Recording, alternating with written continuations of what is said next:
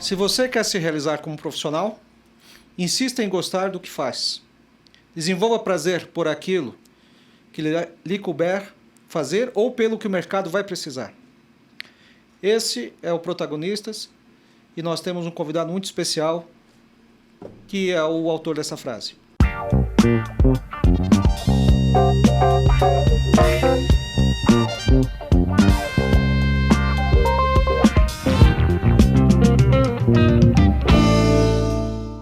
Bom, nosso convidado de hoje é Antoninho Marmo Trevisan, profissional com larga experiência em auditoria, né? Teve, na sua época, a maior empresa de auditoria brasileira. E para nós é muito bacana tê-lo aqui conosco para participar do nosso projeto Protagonistas, que é um projeto focado para orientar e passar insights importantes de quem fez a carreira na área de contabilidade e finanças. Muito obrigado pela sua visita e é uma honra tê-lo aqui. Obrigado, eu aqui. Eu estou muito satisfeito de ver você, Marcelo, como eu te disse, eu vejo a tua atuação da tua empresa e me reporto ao meu tempo, né?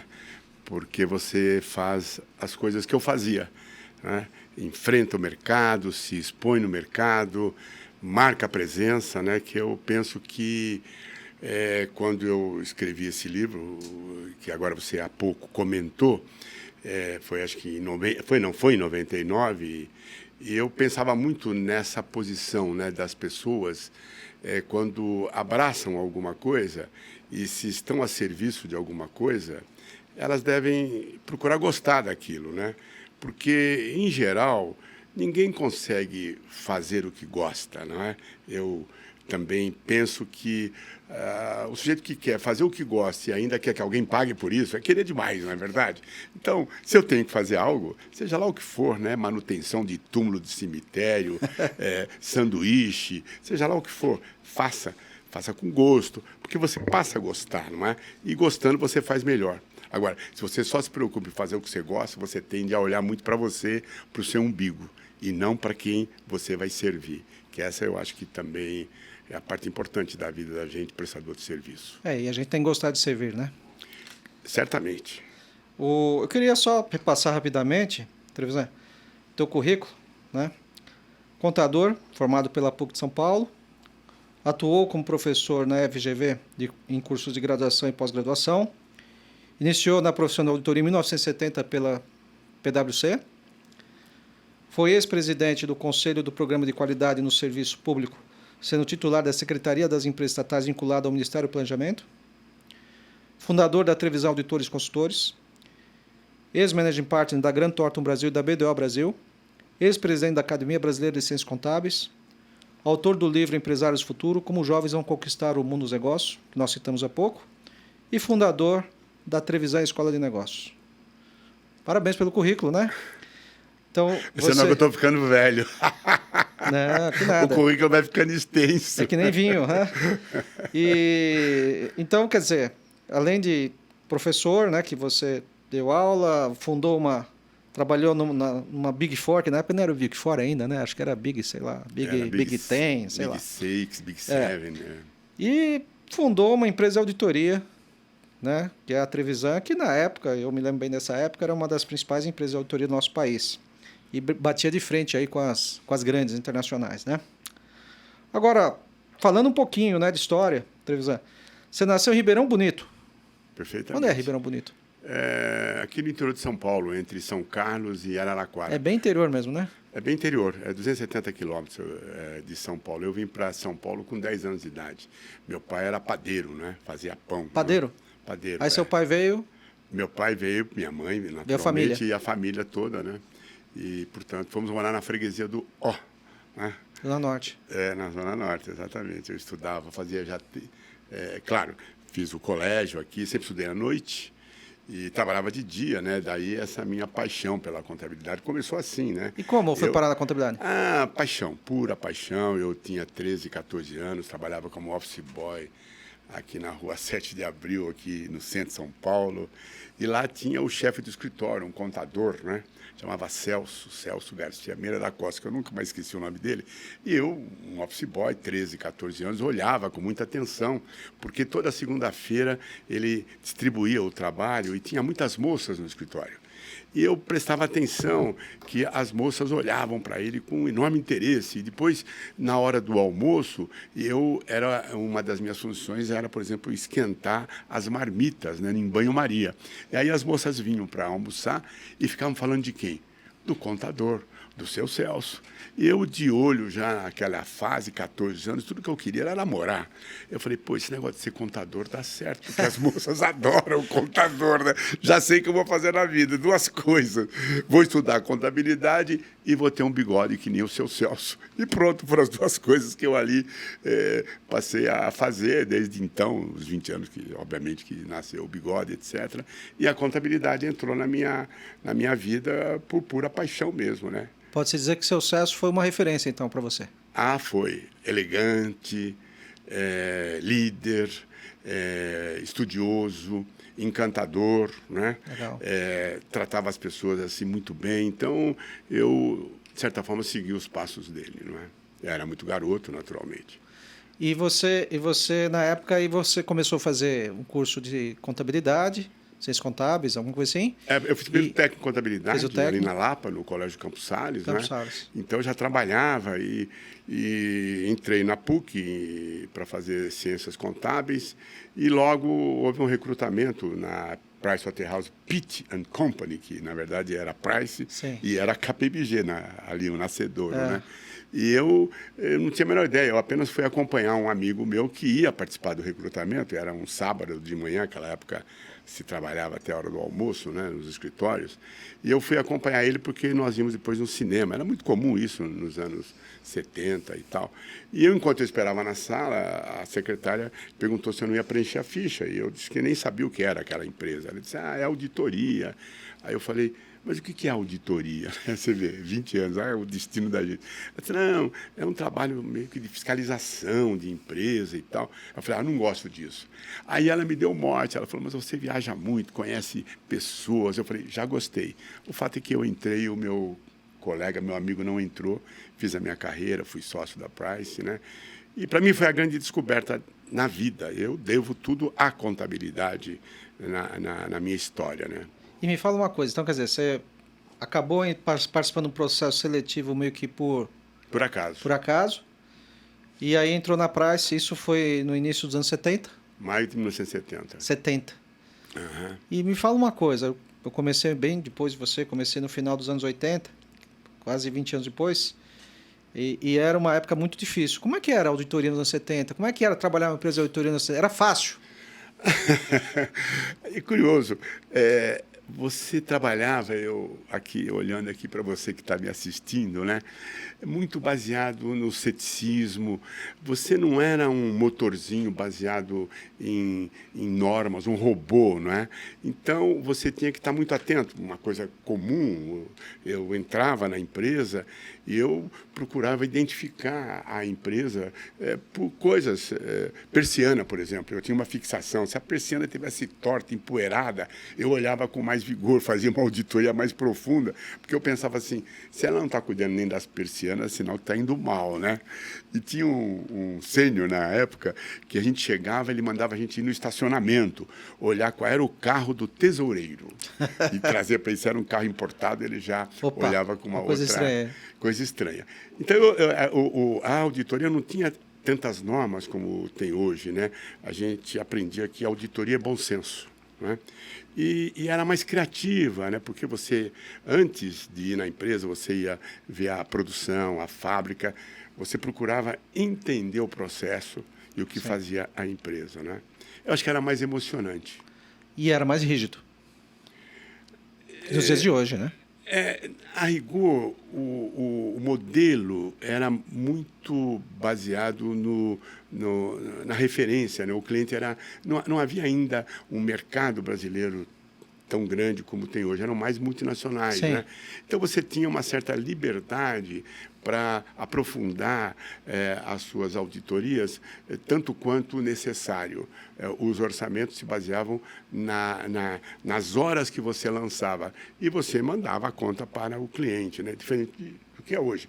Mas o mais importante que eu acho, para a turma toda, aí, os jovens que estão entrando, nunca perder o contato com a empresa, o que ela faz, o coração, a alma, não é? Antes de ir numa empresa, e eu vi que muitas vezes é comum isso, você vai apresentar uma proposta para fazer a contabilidade, para fazer a auditoria, para fazer consultoria, e ele senta na mesa e pergunta para o sujeito que chamou: o que é que faz a tua empresa? Isso é pecado mortal, por exemplo, Marcelo. Isso é uma coisa que intuitivamente eu fazia, não é? Me lembro de um caso que até me levou a sócio, por conta que eu conquistei a mais importante conta da época, que era o Bradesco, né? Isso no final dos anos 70, eu era gerente, e eu fui escalado para fazer a proposta para o Bradesco. O Bradesco chamou as Big Six, ou Big Seven na época, e eles escolheram a Price. Tempos depois, muito tempo depois, não é? 30 e poucos anos, numa conferência do IBRACON, que é o órgão que congrega os profissionais da auditoria, né? Uma pessoa me procura e falou: Trevisan, eu era membro do conselho do Bradesco há 30 e poucos anos atrás, ou 40 anos atrás. Sabe por que você foi escolhido? Eu disse: não, queria saber, né? Ele falou: terminou a reunião, os diretores do Bradesco, o conselho, o seu Brandão, que era a grande figura do Bradesco, que faleceu recentemente, grande figura. Lázaro chamou Brandão, todo mundo. Lázaro Brandão, grande figura, encantador. E ele chamou e disse: olha, eu quero que vocês contratem a empresa daquele rapaz lá que tem nome de santo, né? Toninho Marmo. Mas por que, seu Brandão? O preço é mais caro. Ele falou: não, ele sabe mais do Bradesco do que eu. Isto, eu ia até bater na mesa, mas não vou, não. Essa é a grande o grande mote. A hora que você vai no cliente e você sabe mais do cliente do que o dono da empresa, do que o CEO da empresa. Sabe por quê? Você estuda a empresa. Sim. Imagina hoje que você clica e você sabe tudo. Naquela época, não. Você tem que ir lá. Você tinha que buscar balança, etc., na junta comercial, para você entender. Isso faz uma diferença. Eu acho que um pouco a gente está perdendo isso. Hoje está muito fácil, né? As coisas, e aí fica superficial, né? O que é ruim, não é? Porque o benefício do trabalho nosso de contador é enorme, Marcelo. Sem dúvida. Eu passei minha vida encantando pessoas, ministros, presidente da República, sabe, falando sobre o quê? Sobre contabilidade, sobre a ciência contábil. Eu há pouco fui falar, como te disse há pouco aqui, sobre regime de competência em Maceió, para um congresso de pessoas do setor público, de orçamento público, não é? A contabilidade, desde de Luca Pacioli, 1494, ela mudou a história, o mercantilismo mesmo, né? Então, é muito curioso quando me dizem que é uma das profissões que vai acabar, né? Desde Luca Pacioli, 1494, o Leonardo da Vinci já falava para ele: ô Luca, que história é essa de partidas dobradas, né? E eu passei minha vida ouvindo isso, né? A questão é: que contabilidade você está falando? As obrigações acessórias feitas manualmente? Não, você está falando da grande ciência que justifica por que países fazem negócios, por que empresas sobrevivem. É graças a uma ciência, é graças à contabilidade. Sem contabilidade não tem mercado de capitais, não tem economia, não tem nada. Não tem compra de empresa. Venda Exatamente. De empresa. Agora, voltando um pouquinho aqui na parte da tua carreira, né? Então você começou lá em 1970, na Price. Você ficou quanto tempo na Price? Bom, eu tive um período que eu fiquei fora. Eu fiquei 4 anos fora. Eu fui também ser contador na Metal Leve, na época, e fui ser responsável pelo planejamento estratégico da COFAP, desses 4 anos que eu fiquei fora. Uhum. E depois de 4 anos eu fui chamado pela Price se eu não queria retornar, porque tinha acabado de sair a Lei das SAs, em 1976. Eu sou filhote da Lei das SAs. Então, quando eu vejo hoje essa reforma tributária, eu falo: como eu adoraria estar no mercado hoje, aqui, agora. Então, aí você saiu, foi para o Metal Leve e COFAP, depois voltou de um tempo. Aí você voltou em qual cargo? Eu voltei como gerente. Como gerente, na Como Price. gerente, né? Até comento aqui um tema. O pessoal falou, tua carreira, você já não vai mais chegar a sócio. Eu falei, não, tá tudo bem para mim, tal, não tem problema. Dali 4 anos eu fui ungido a sócio. Meus colegas de turma levaram mais 5, 6 anos. Ou seja, Marcelo, se você faz o que você faz, pensando no teu cliente, se você atua estudando profundamente, atento às mudanças, se você faz percebendo o benefício que você está legando para o teu cliente, pode ter certeza, não há limites. Não há limites. Para mim não houve. Eu fui promovido a sócio, o mais jovem sócio da história da Price, eu acho que até hoje. Quantos anos tinha? Eu tinha 29, 30 anos. 30 anos. Com 8 anos de... Quer dizer, você poderia ter ficado na Price até se aposentar por lá. Aí é o ponto. Você quis empreender. Quis empreender. Tinha aquele negócio, recém-casado, com uma linda mulher, que eu estou com ela até hoje, uma carioca e tal. E eu larguei uma sociedade, né, maravilhosa, como era uma PwC, e eu percebi que aquele início dos anos 80 tinha uma mudança no Brasil por conta da nova lei, né? Havia uma oportunidade enorme, né? E eu decidi criar uma empresa de treinamento empresarial, chamava Trevisan Treinamento Empresarial Limitada. Aí deu o que deu. Os meus alunos começavam a me provocar, né? O Luiz Furlan, me lembro da Sadia, foi meu aluno. O Roger Agnelli, grande figura que faleceu. Da Vale, né? Foi da Vale, Bradesco, né? E ele, Trevisan, você não quer implantar para a gente o Departamento de Mercado de Capitais, né? E o que me foi muito importante, Marcelo, que eu também digo para quem está aqui me assistindo, tal, não viva o seu mundinho. Eu digo assim, assunto de contabilidade é muito importante, mas mais importante é você ler livros de literatura. Eu sou casado com uma escritora. Então, esse mundo nosso, eu provoco sempre meus colegas da academia. Às vezes eu penso que estamos aqui de nós para nós. Isso não acontece nada.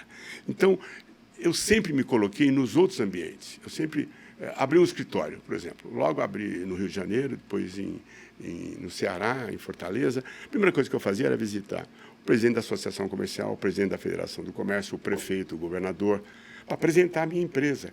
Então, eu procurava estar onde estariam os meus clientes e não onde estariam os meus colegas.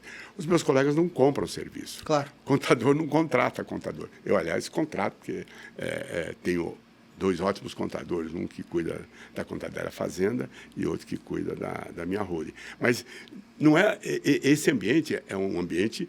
Claro, eu participo do IBRACON, eu participo do Conselho Regional de Contabilidade, sou do Conselho Federal, eu participo do Sindiconte, etc. Você participa da academia, né? Mas não é sua vida. Você tem que ler outras coisas, experimentar outros ambientes, frequentar teatro. Hoje à noite eu vou no Teatro Municipal, por exemplo, vai ter a entrega do Prêmio Empreendedor Social. Você tem que se virar de estar onde está o mundo. Sim. Sai da caixinha, né? Sai da caixinha. Sai da caixinha. É isso mesmo. E aí você fundou... Que ano que você fundou a Trevisan? 83, julho de 83. 9 de julho de 1983. 83. Não era feriado ainda. Pois é. 9 de julho. A Trevisan se tornou, na época, auditores, né, se tornou um ícone na época. A gente estava falando sobre isso antes de começar nosso bate-papo. E era referência, né? E eu lembro que a gente, nessa época, eu também já atuava no final dos anos 80, 90 principalmente, a gente atuava bastante já na auditoria, numa outra empresa de auditoria, né? E a Trevisan era referência para nós e muito citada. Aí, bom, você fundou a Trevisan, ela cresceu, se tornou uma grande empresa de auditoria, até a Trevisan, antes dela fazer uma fusão, ou você vendia para a KPMG, isso foi em 2010. 2010, ou seja, KPMG 2010, 83 a 2010. Foi. Estou falando aí 27 anos. 27 anos, isso. No auge da Trevisan, o que era a Trevisan? Quantas pessoas, sócios? Quando a KPMG comprou a gente não vendeu, a gente foi comprado. Eu sempre situo assim, né? Nós éramos em 1.300 pessoas. 1.300 pessoas. Tinha 17 escritórios, era uma empresa importante, sim. Mas, você sabe,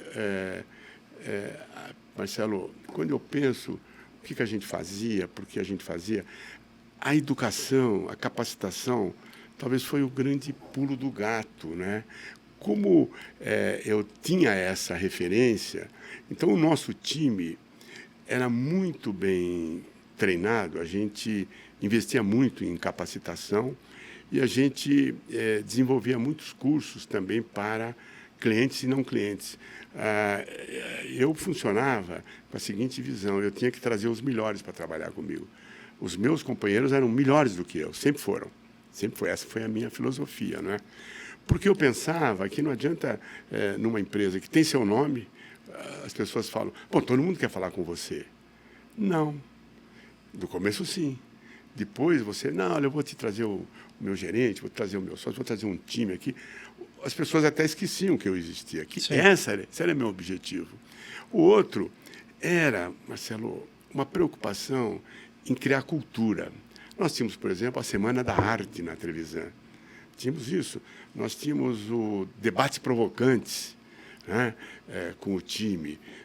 Nós tínhamos rodadas às sextas-feiras, Sextas do Saber, que a gente convidava 3, 4, 5 contadores de empresas que iam para lá no final da tarde debater com a gente os mais variados temas.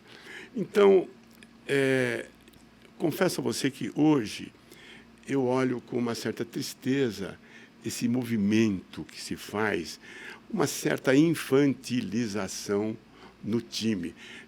Eu acho até muito bonitinho o Halloween, todo mundo lá, que é vestido de Halloween, teia de aranha. Aí fala, pelo amor de Deus, pô, não tem outra coisa. Sabe como é? Você terceirizou tudo, você terceirizou para o marketing, você terceirizou para o RH?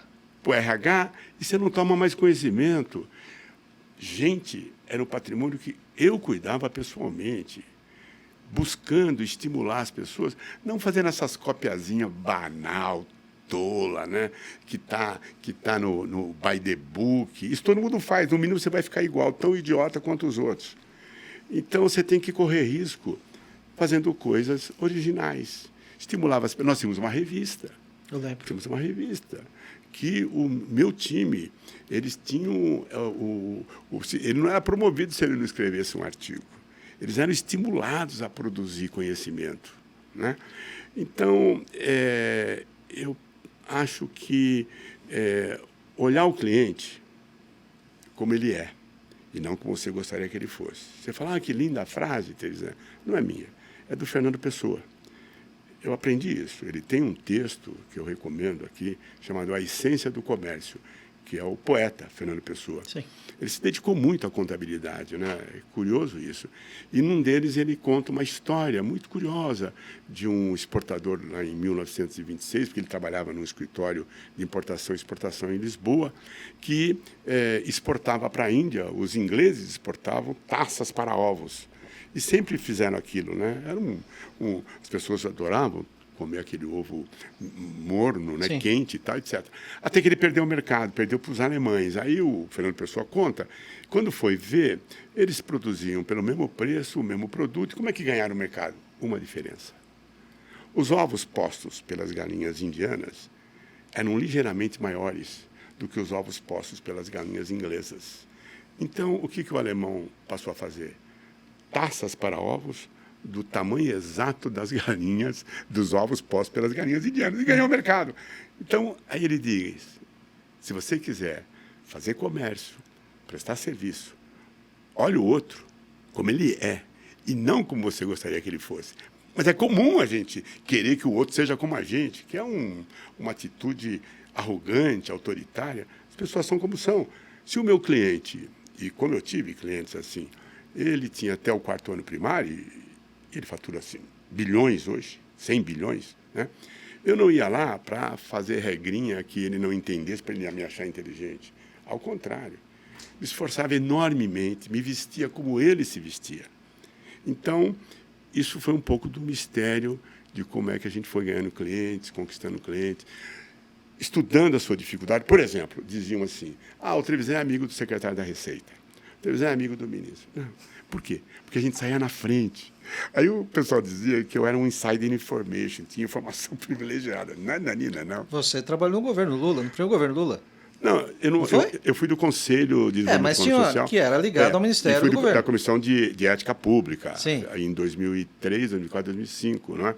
Eu sempre tive essa, mas eu só quero completar essa história porque eu achava engraçado a turma, né? Isso estou falando dos anos 80, né? Claro. A gente descobriu que o Diário Oficial estava pronto na gráfica às 4 da manhã. Então a gente colocava alguém para ir no Diário Oficial, lá na gráfica, lá na Barra Funda, e às 6 da manhã nós já estávamos reunidos, lendo a lei que tinha acabado de sair. E saía na frente de todo mundo. Ou seja, acordava mais cedo. E a turma dizia, não, ele é... Claro que a gente era chamado. Se a gente saía na frente, Claro. ministros... Se tornou uma referência, né? Chamavam a gente. Né? O caso que você citou. Eu conheci o Lula no final dos anos 90 por causa de um artigo. Por que privatizar a Vale? Ele me telefonou, acho que era 99, eu acho. Ele disse, Tony Trevisan, eu li um artigo seu. Ele fala assim, né? E você fala que é bom privatizar, você pode vir explicar isso para mim?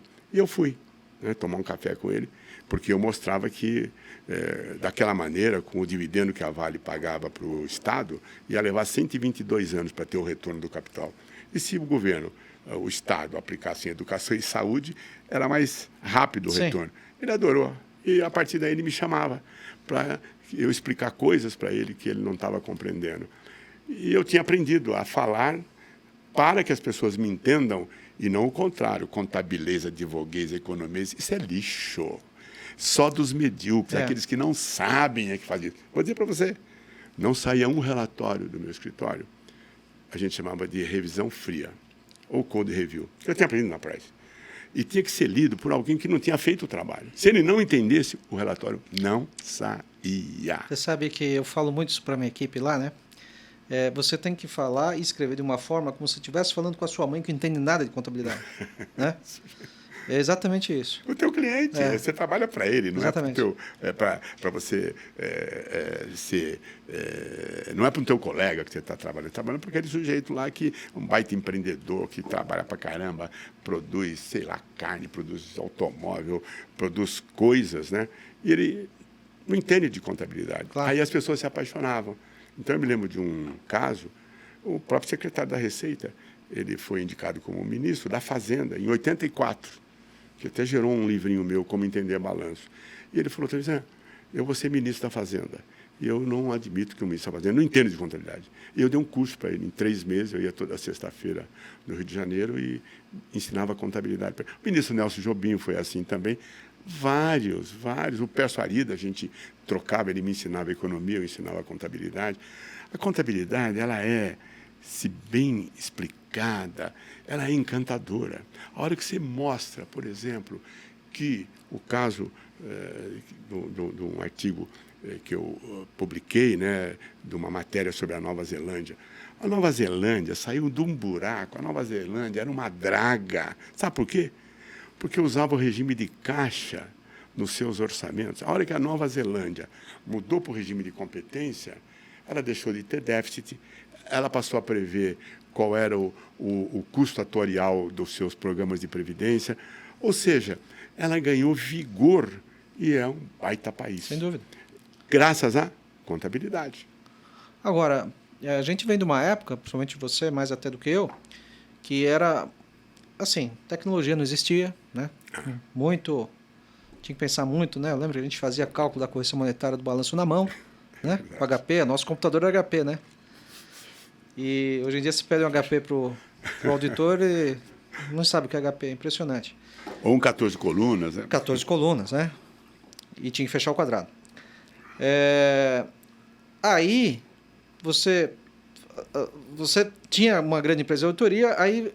Já dentro da tua empresa, você já estava investindo, vamos falar dessa forma, no setor da educação. Sim. De uma certa forma, dentro da própria televisão auditora, você já tinha uma área de educação. Começou que era os treinamentos, aquele negócio todo, né? Isso.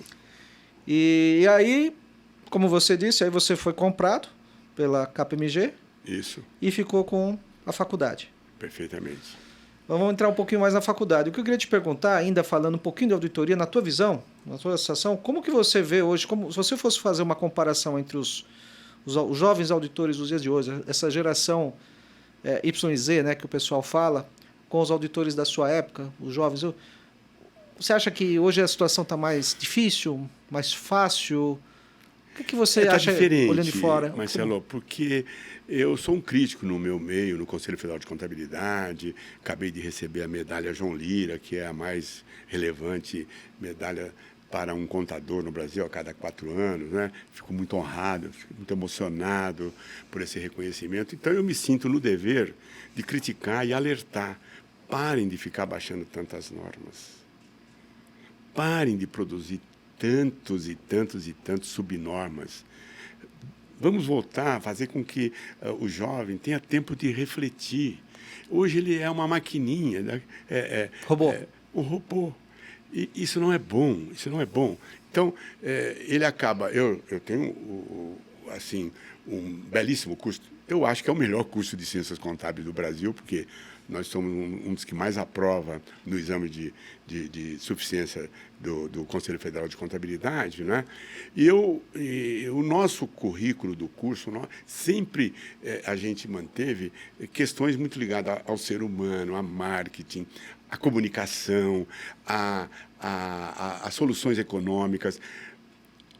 A contabilidade é muito rica, mas ela é mais rica se você traz outras culturas, outras ciências para dentro dela. Sabe por quê, Marcelo? Um contador, um auditor, eu entendo que ele é um pouco médico, um pouco engenheiro, um pouco psicólogo, ele é um químico, ele é um sociólogo. Por quê? A grande arte desse profissional está em traduzir aquilo que acontece na sociedade, interpretar e valorar, que é uma arte dificílima. Como é que um país deixa de ser deficitário por conta da contabilidade? Por quê? Eu tenho que pensar no tempo de vida das pessoas para poder estabelecer uma cláusula atuarial. Eu tenho que pensar numa eventual contingência que o meu cliente pode ter. Eu tenho que pensar se o produto que ele está fazendo pode ter uma perda porque interfere no meio ambiente. O cara tem que ser um craque para ser um contador. Claro, traduzir isso, fazer débito e o crédito, é uma operação mecânica, mas eu quero saber antes disso. Aí é que está a relevância da nossa profissão. E o empresário, o não contador, a autoridade, ela fica absolutamente encantada quando você está disposto a explicar para ele fenômenos a partir da contabilidade. Você falou há pouco, eu fiquei 10 ou 12 anos no Conselhão. Eu fui para Moscou apresentar casos, eu fui para a Grécia estudar, por exemplo, as Olimpíadas. Os gregos erraram. Quando nós estávamos aqui para ter as nossas Olimpíadas, fomos um grupo de 4 ou 5, tivemos esse privilégio. Por quê? Só um contador teria aquela visão. Eles criaram o parque para recepcionar os atletas. Você sabe como funciona isso, né? Aquilo depois que termina as Olimpíadas, vira o quê? Você não pode pensar numa Olimpíada, por exemplo, com um parque que só vai servir para as Olimpíadas, alojamento que só vai... Acabou. Vai virar o quê? Tem que ter autorização posterior, né? Exatamente. Você tem que ter um planejamento para o que fazer com aquilo. A Grécia não fez isso. Prejuízo enorme, déficits sistemáticos, né? Claro, a gente foi lá estudar isso, né? Trouxemos isso de volta, produzimos um relatório, um documento, e o Brasil tentou fazer, que foi no Rio de Janeiro, algo como Barcelona fez. Para mim, esse é o grande trabalho do contador. Então, mas você acha que os jovens hoje que começam a estudar na faculdade, na sua faculdade, por exemplo, eles têm essa visão, eles são orientados nesse sentido hoje? Porque na época a gente tinha que fazer isso porque não tinha recurso. Nós tínhamos que... Hoje você tem uma informação, você entra lá no teu computador, clica lá no Google, no chat GPT da vida, você tem informação na mão. É fácil. Na época a gente tinha que quebrar a cabeça, correr atrás, pensar focado no cliente, focado no negócio do cliente, que é o negócio todo. Hoje você entende que esses jovens do nosso segmento, né, de contabilidade, auditoria, finanças, que seja, eles têm essa percepção, isso que você está falando? Depende do desafio, Marcelo. Então, mas o que ele precisa para... Ele tem que ser desafiado. Ele entra numa escola como a nossa, a cada 6 meses ele tem que produzir um case, ele tem que defender um case. Porque a vida o que é? É você defender ideias, saber transmitir a ideia e saber conquistar aquele para quem você está passando a ideia. Ele tem que ser desafiado para isso. Tem que ser desafiado. E aí é que está. Eu adoraria estar vivendo hoje. ChatGPT, fazendo a pergunta para a inteligência artificial. Me tirava um tempo, claro, que era um tempo robusto de ir atrás, de pesquisa. Poxa, hoje eu posso fazer alguma coisa muito mais sofisticada, usando essa tecnologia. Eu posso ajudar muito mais. Agora, tudo bem, você vai lá perto, olha, vou hoje no programa Protagonista com o Marcelo Lico, o que você acha que eu devo falar? Ele gosta e vive na contabilidade, ou quem vai assistir é esse profissional, ele lá me dá. Mas se eu não souber perguntar, e se eu pegar simplesmente aquilo é a soma de tudo aquilo, de bilhões e bilhões e bilhões de caracteres e informações que existem no passado. E passado. Eu e a torcida do Corinthians com o do Palmeiras. Eu sou palmeirense. Somos dois. Somos dois. Então, aí você, no mínimo você se iguala, querido. Você vai se igualar. E se igualar, meu cara, o preço é desse tamanho, lá embaixo. A hora que você diferencia, o preço é outro. Né? O preço é outro. A gente... Assim, na escola, a gente, só para não deixar passar essa tua pergunta, né? A gente sempre tem um desafio. O nosso aluno tem que ser o cara disputado pelo mercado. A gente parte desse pressuposto. O aluno, que eu acho até que devia ser assim. Eu tenho que pensar no aluno. Para ter um ótimo aluno, eu tenho que ter um ótimo professor, eu tenho que ter uma ótima plataforma, porque a nossa escola é 100% digital. Sim. Mas televisão, 100% digital, não perde. Você quer ver? Um mito. Eu não perco o time, o grupo. Não, você ganha. Você que está lá estudando com a gente hoje, randomicamente é formado um grupo de trabalho. Um está aqui em São Paulo, está no Rio, outro está no Texas, outro está em Tóquio, outro está na Amazonas. E esses caras se falam, criam negócios. Então, você veja como são os mitos, né? Você tem que ir, não com a manada, tentar, de novo, você falou aí, né? Pensar fora daquilo que está sendo pensado. Senão você faz a festinha do Halloween, todo mundo com aquela cara de palhaço, né? Sem graça. Lá no seu livro, né, Empresários do Futuro, que a gente falou no começo da conversa, você já falou de conjuntura de mercado, globalização e inteligência artificial, né? Não com esses termos, mas já citava de uma certa forma, já antecipava essas ideias. Nos dias de hoje, qual conselho que você daria para o jovem lá de 18, 20 anos, assim como você começou lá em 1970? Conselho que você dá para esse jovem, para eles ter uma carreira de sucesso como você teve? E o que ele deve fazer de diferente, né? Olha, a primeira coisa é prestar atenção, sabe, o Marcelo? As coisas, a observação na minha vida, talvez representou 90% das coisas. Eu aprendi a observar. Eu, por exemplo, tenho uma dificuldade enorme, sempre tive, de me localizar em ruas e geograficamente. Então, eu era office boy. Então, a hora que eu saía ali na rua 7 de Abril, eu tinha que fazer uma coisa. Eu tinha que perguntar para alguém que eu não conhecia, para ele me dizer onde é que ficava a rua... 24 de maio. 24 de maio. Estou falando porque eu comecei lá com 14 anos. Né? Que é paralela, né? Do lado.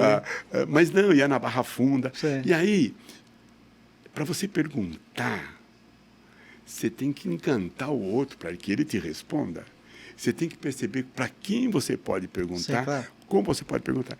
Então, na minha vida, eu perguntei muito, mas sempre prestei muita atenção. Jamais, eu digo para você, não chegue na tua escola, você senta e já começa a reclamar do professor. Cara, se abra para aprender. Depois que você aprende, critique. Mas você sentou ali, você já começa a criticar, você já posiciona o teu cérebro para não aprender. Essa é uma primeira. O segundo, presta atenção. Leia até bula de remédio. Não perca tempo de aprender, ainda mais hoje que você tem tudo disponível. Por quê? Quando você aprende, você se diferencia. E quando você aprende e entende o outro, você entrega para o outro de uma maneira diferente. Você falou, para mim, foi um dos cursos melhores que eu fiz na vida, foi em Buenos Aires. O curso era sobre como ensinar. Era 2 meses. Eu era um garoto de 27 anos, 26 anos, lá em Buenos Aires, com o professor Héctor Ferraldi. Sabe qual era a máxima que eu aprendi naquele curso? Tinha lá uma faixa. Aliás, sabe quem estava comigo? Era o Ricardo Rodil. Conhece o Ricardo Rodil? Lógico, ele trabalha Eu conosco sei, lá, tá trabalha na com Crow. você, eu sei que trabalha. O Rodil fez esse curso comigo. Rodil. Pasme! Ele estava na Argentina. E lá- Argentino. Ele é argentino. Fazer o quê? Um argentino que mora no Brasil, o sonho dele era ser italiano, né? É verdade, eles pararam lá, né? Mas estava escrito assim, ó. El docente no nace, se hace. Cara, aquilo abriu a minha... Como assim, né? O professor não nasce, ele se faz. Aí você vai aprender o quê? Técnicas de ensino, aprendizagem, né? Que eu usei a vida toda. Você vai numa sala de aula, o professor dizia, o professor nunca pode perder o contato visual com os seus alunos, Sim. com as pessoas. Você está numa reunião, você tem que estar em contato visual com os teus clientes, com os teus parceiros, né? Aí eu perguntei para ele, professor, mas e quando eu vou à lousa, que eu dou as costas ao aluno? Aí ele disse, grave na sua memória o nome dos dois que estão na lateral esquerda e na lateral direita. Ao dar as costas, diga, e aí, Marcelo, o que você acha disso que eu estou escrevendo? É uma estratégia, né? São essas coisas. José, a gente está no finzinho, eu queria só fazer Claro. uma última pergunta para você. Muito legal a conversa, né? Qual o legado pessoal que você, no alto da tua experiência, teve uma grande empresa de auditoria, tem uma faculdade de renome no nosso setor de contabilidade, finanças, qual o legado que você pretende deixar para as futuras gerações aí? Olha, eu me considero e continuo a fazer, a transformar a ciência contábil algo acessível. Essa é a minha missão, é o legado que eu imagino, para que todas as pessoas possam ter acesso à informação, porque contabilidade é democracia, e tornar um curso acessível de ótima qualidade, como é isso que eu fiz, que a gente fez, meu time fez, meu filho, Fernando, que dirige a faculdade, uma escola 100% digital, de primeira categoria. Eu acho que quando você permite, Marcelo, eu, que morava num porão, na freguesia do Ó, né, tive a oportunidade de aprender e aprendi, e devo à contabilidade tudo que eu fiz na minha vida, tudo, absolutamente tudo. Né? Sempre me apresentei como contador, me apresento como contador. Não é? Esse é o meu legado. Levar mais e mais pessoas a compreender a ciência contábil, onde quer que eles estejam. Na forma como esta, num podcast como o seu, se você me convidar para falar para os seus trainees, eu falarei com o maior prazer. Vou convidar. Pode ter certeza que eu irei. Né? Eu falo nos diferentes ambientes, tornando a contabilidade acessível, porque eu tenho certeza que não só as empresas serão beneficiadas, mas o meu país será beneficiado, as pessoas passarão a ter mais liberdade para poder contestar, para poder se organizar, para que as leis sejam mais justas. Não é? Então, o meu legado é esse, e faço isso, falando, escrevendo. Eu acho que eu devo ter quilômetros de gravações na Globo News, no Jornal Nacional. A moçada de hoje não vê, né? Mas eu sempre me esforcei, talvez tenha sido um dos primeiros auditores e contadores a falar. Acabou de sair um livro sobre Gazeta Mercantil. Eu estou lá nesse livro, né? Eu vi esse livro. Você vai ver que... Porque talvez eu tenha sido o cara que mais ocupou as páginas da Gazeta Mercantil e tornar o que você faz tributos, não é? Algo que todo mundo possa acessar e compreender. Hoje, por exemplo, com a reforma tributária do consumo, o Marcelo, eu acho que é uma vitória tão grande da contabilidade, dos profissionais da contabilidade. Tem um mundo pela frente para ser dimensionado. Né? Eu tenho certeza que o Brasil vai dar saltos no seu crescimento econômico só por conta dessa reforma tributária. E está no nosso colo. Esperamos que sim. Toninho Trevisan, muito obrigado. Foi um prazer tê-lo conosco. Com certeza você passou insights importantes sobre a nossa profissão também. Eu sou um profissional de contabilidade que tudo que eu conquistei na vida, conquistei, né, com contabilidade, né? E com certeza os insights que você passou são muito importantes e para quem tiver interesse em assistir, com certeza vai agregar muito. Eu Muito espero obrigado. que assista. Obrigado a você, Marcelo. E parabéns pelo trabalho que você faz aí, que eu sou Eu que teu agradeço, fã. imagina. Vejo você em todos os cantos. Eu falo, esse camarada não para. É como eu era. Pois é.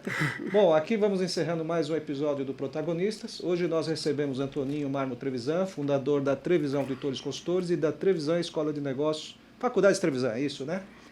E... A melhor escola do Brasil, pode ter certeza, especialmente ciências contábeis. Muito bem. Muito obrigado e até a próxima. Lembrando que esse programa tem o apoio institucional das empresas do Grupo Crow Macro.